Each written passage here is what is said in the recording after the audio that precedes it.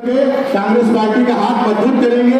एजाज भाई साहब तमाम मेहमान आ गए हैं। हेलो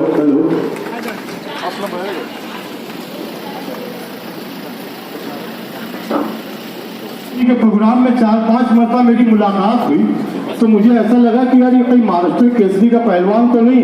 तो मुझे ये मालूम पड़ा कि ये हिंदू मुसलमानों की आंखों का तारा है, ये सीता का भी चाहने वाला है, ये सायरा का भी मानने वाला है। ये मेरे असलम शेख साहब जो है, जो मुंबई जोगेश्वरी में रह करके पूरे महाराष्ट्र के इंसानों की सच्ची रहबरी करते हैं। तालियां बजा कर जरा मुबारकबाद दे, ताकतवर तालियां बजा करके। अब एक ऐसा इंसानियत का अमीन, मोहब्बतों का अमीन, प्यार तो ठीक नहीं है। वो समाज में भेद निर्माण करने का प्रयास उनका चल रहा है, महाराष्ट्र में अशांति निर्माण करने का प्रयास उनका है और इसमें सरकार जरूर योग्य कार्रवाई करेगी। ऐसा कुछ नहीं, अगर उसमें कुछ कानून है, कोई सुप्रीम कोर्ट के डिसीजन है तो उस मुताबिक ही चलेगा, जो चलेगा वो कानून के मुताबिक चलेगा। सर ऐसा होगा कि जो मस्जिदों के पास परमिशन नहीं है या ये नहीं है, सरकार उनकी मदद करके उनको परमिशन दिला देगी या फिर लाउड स्पीकर की परमिशन? नहीं, वो तो अलग बात है, वो कुछ देखना पडेगा, उसमें स्टडी करना पडेगा। आम्ही काय पूर्ण ऐकली नाही, परंतु ज्या पद्धतीनं त्यांनी शेवट केला आणि अल्टिमेटम दिला त्या बिलकुल योग्य नाही। इथे राज्यात चालतं, देशात शेवटी कायद्याचं राज्य चालतं। तुम्हाला काय जे करायचं असेल ते कायद्यानं तुम्ही करू शकता, चुकत कुठे असेल तर दाखवू शकता। सुप्रीम कोर्टचे निर्णय आहेत की त्याच्या बाबतीत बोलू शकता, परंतु अशा पद्धतीचं अल्टिमेटम देणं हे बिलकुल कोणाला मान्य होणार नाही। सरकार या बाबतीत योग्य अशा प्रकारची कारवाई करेल। ज्या पद्धतीने अल्टिमेटम दिलं होतं उद्याचा देखील मोठा अल्टिमेटम नाही, ठीक आहे ना, पहा ना, शेवटी सरकार हे लक्षात ठेवलं पाहिजे। अशा प्रकारच्या सभांवरती काही कुठेतरी निर्बंध लावण्याचे नाही, शेवटी बोलण्याचं स्वातंत्र्य आहे, परंतु काहीही बोलण्याचं नाही। सर आप अभी मालेगांव में आए, मालेगांव में जो अभी आपके साथ जो आए ये सब लोग पहले एमआईएम के साथ में थे, तो ऐसा आगे गठबंधन? ठीक है, हमें कांग्रेस यहाँ से कांग्रेस संगठन बढ़ाना है, इसके लिए जो साथ में आएगा उनको साथ में हम लेंगे। एमआईएम के साथ भी जा सकते हैं? नहीं, हम नहीं जा सकते। कुछ वहाँ से लोग आते हैं तो हम तो चलेगा, हमें कांग्रेस हमें यहाँ बड़कट बनानी है। मौलाना मुफ्ती आपल्या संपर्कात आहे? हाँ, वो तो मिलते हैं, एमएलए आखिर वो एमएलए तो मिल सकते हैं। दिले पक्षात यायचं निमंत्रण अजून काही अशी चर्चा झालेली नाही, परंतु जो काँग्रेस बरोबर येईल त्याला आम्हाला काँग्रेसच्या बरोबर तर घ्यावं लागणार आहे, ही वस्तुस्थिती आहे। मैंने एक साहब को बोला कि मैं आ जाऊंगा और आ जाऊंगा, ईद के दिन आ जाऊंगा, मुबारक दिन आ जाऊंगा, आपके घर आ जाऊंगा। तो बोले देखो आना होगा तो वो ईद का दिन है, उस दिन वो हमारे यहाँ तो त्योहार होता है, तो रात को भी लोग सोते नहीं और दिन को दोपहर के टाइम तो सब जरा गड़बड़ हो जाती है। मैंने बोला कितने रहेंगे लोग? वो उन्होंने ऐसा बोला कि आप आएंगे तो 50-60-100 हम रहेंगे, शाम को 7 बजे आ जाएंगे तो 5000 रहेंगे, रात को 9-10 बजे आएंगे तो 15000 रहेंगे। बराबर है ना? मैंने बोल दिया ठीक है, 5-50 हो गए, 100 हो गए, वो भी चलेंगे। मैं आने वाला हूँ और आपको सबको मुबारकबाद ईद का देने वाला हूँ, रमजान ईद का। अभी असलम भाई मेरे दोस्त है, अमीन भाई दोस्त है, सालों साल हम साथ में काम करते। उनको फोन किया कि मैं जा रहा हूँ मालेगांव और आपको आना होगा।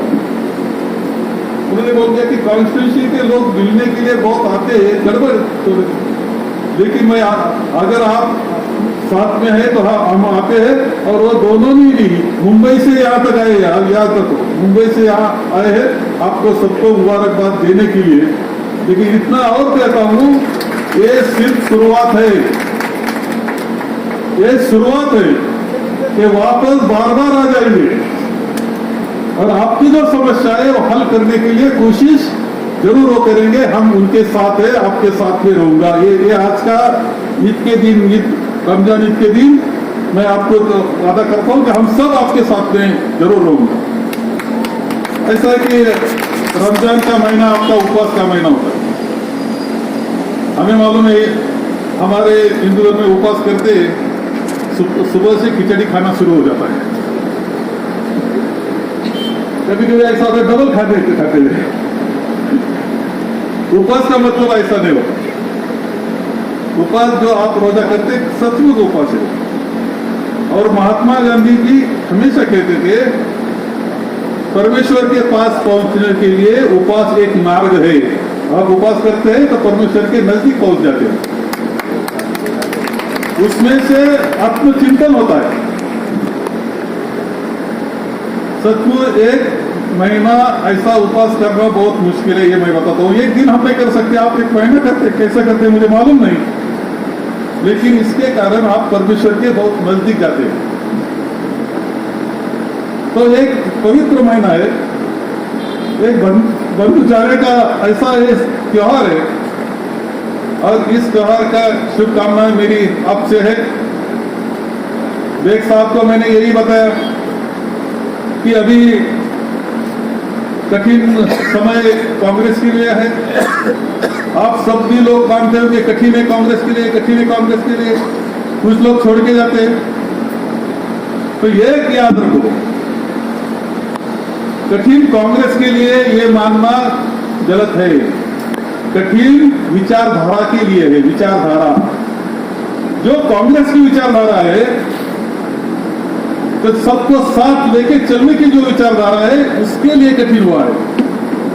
कुछ लोग भेद कर रहे हैं, धर्मों में भेद, जाति में भेद, समाज में भेद, और उसमें पॉलिटिक्स कर रहे हैं। बहुत गलत पॉलिटिक्स लोग कर रहे हैं देश के। आप देखते हैं देश में ये सब चल रहा है। सबसे इजी पॉलिटिक्स क्या है? सबसे इजी पॉलिटिक्स ये है कि धर्मों में बंटवारा करो, डिवाइड एंड रूल। धर्मों में बंटवारा करो, वोट आपो-आप मिलते हैं। विकास का, खाने पीने का कोई सोचने की कोई जरूरत नहीं, विकास का काम करने की जरूरत नहीं। ये इजी पॉलिटिक्स ऐसा कुछ लोग कर रहे हैं। आपको करना है सबको साथ लेके जाने वाला पॉलिटिक्स, उसका राजकारण आपको करना है।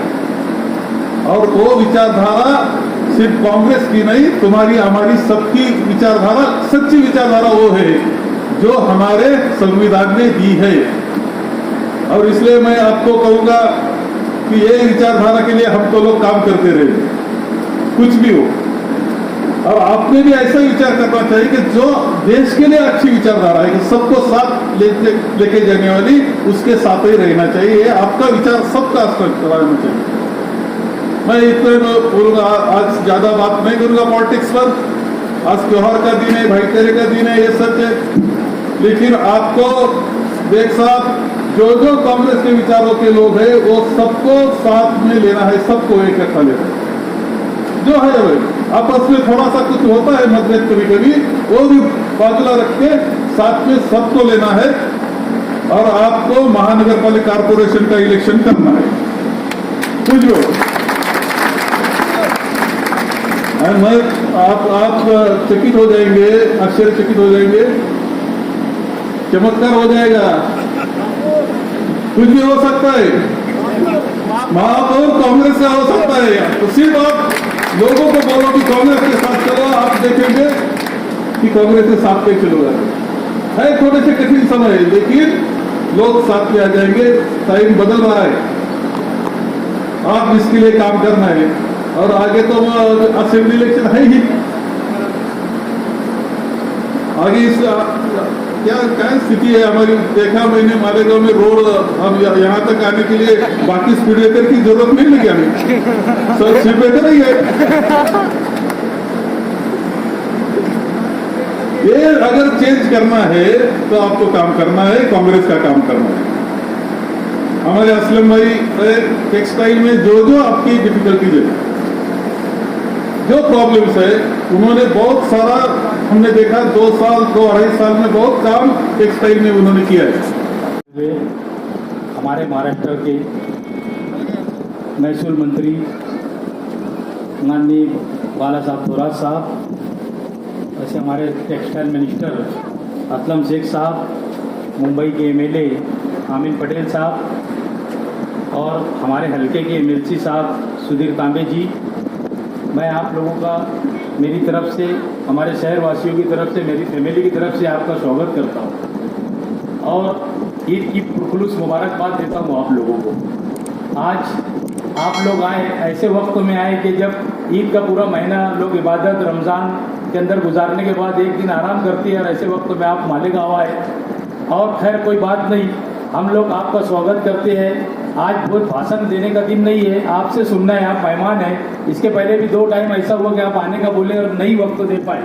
हमारे शहर के अंदर पावर लूम से मुंसलिक बहुत सारे मसले हैं। हम असलम शेख साहब से यही गुजारिश करेंगे कि भाई हमारे नेतृत्व के अंदर हम लोगों को लेकर आएंगे, हमारे शहर के मसले हल करके दीजिए, हम यही चाहेंगे। और हमारे महसूल मंत्री साहब से भी यही कहूँगा कि आप शहर के ऊपर हमारी नज़र बनाए रखिए, क्योंकि आप पड़ोस में ही हैं और हमारे पार्टी के सबसे बड़े सीनियर नेता हैं। इसके लिए अगर हम आपने हमारे ऊपर नज़र बना कर रखा, आने वाला कॉर्पोरेशन के अंदर अच्छी से अच्छी और ज़्यादा से ज़्यादा सीटें हम चुन कर लाने में कामयाब होंगे। और मुझे ऐसी उम्मीद है कि आप हमारे मालेगांव शहर के ऊपर नज़र रखेंगे। शुक्रिया।